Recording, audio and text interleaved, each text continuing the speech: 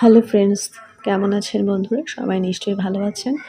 আজকে আপনাদের সাথে শেয়ার করব আলুর চপের রেসিপি। কম বেশি সবাই আসলে জানেন আমি আলুটাকে সেদ্ধ করে নিয়েছি, পেঁয়াজ কাঁচামরিচ দিয়ে একটু ভেজে নিয়েছি তেলে। তারপরে আলুটাকে আমি ভালো মতো কচলিয়ে নিয়েছি, কচলিয়ে আমি একটু একদম মিহি করে নিয়েছি। তারপরে লবণ দিয়ে পেঁয়াজ মরিচের সাথে মেখে গোল গোল শেপ করে রেখেছি।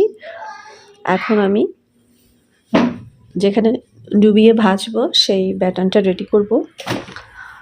প্রথমে আমি একটা ডিম নিয়েছি, তারপরে বেসন দিয়েছি, একটু লবণ দিয়েছি আর হালকা ভাজা জিরা গুঁড়া দিয়েছি, ব্যাস আর কিছুই দিব না। আপনারা চাইলে এখানে মরিচের গুঁড়া ইউজ করতে পারেন, হলুদের গুঁড়া ইউজ করতে পারেন, বাট আমি যেহেতু কাঁচামরিচ দিয়েছি তার জন্য কিছুই দিব না। একটু চালের গুঁড়া দিয়েছি, তারপরে ভালো করে আমি মিক্স করে নিয়েছি। এখন ডুবিয়ে ভাজার পালা। আসলে চালের গুঁড়া আর বেসন দিয়ে যদি ভাজেন তাহলে কিন্তু এটা অনেকক্ষণ মচমচে থাকে। আর যদি শুধু ডিম দিয়ে ভাজা যায় বাট বেশিক্ষণ মচমচে থাকে না ডিম দিয়ে ভাজলে। তো সাথে যদি বেসন আর চালের গুঁড়ো অ্যাড করা যায় তাহলে বেশি ভালো হয়, মচমচে থাকে অনেকক্ষণ। হয়ে যাচ্ছে, এই যে আলুর চপ হয়ে গেল।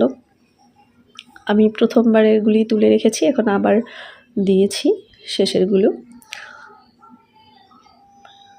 হয়ে গেল আলুর চপ।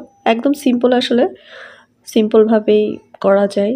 আসলে অনেক রকমভাবে করা যায়, বাট আমি বাসায় যেভাবে করে থাকি সেটাই আপনাদের সাথে শেয়ার করব। ভালো লাগলে অবশ্যই কমেন্ট করবেন, শেয়ার করবেন। ভালো থাকবেন।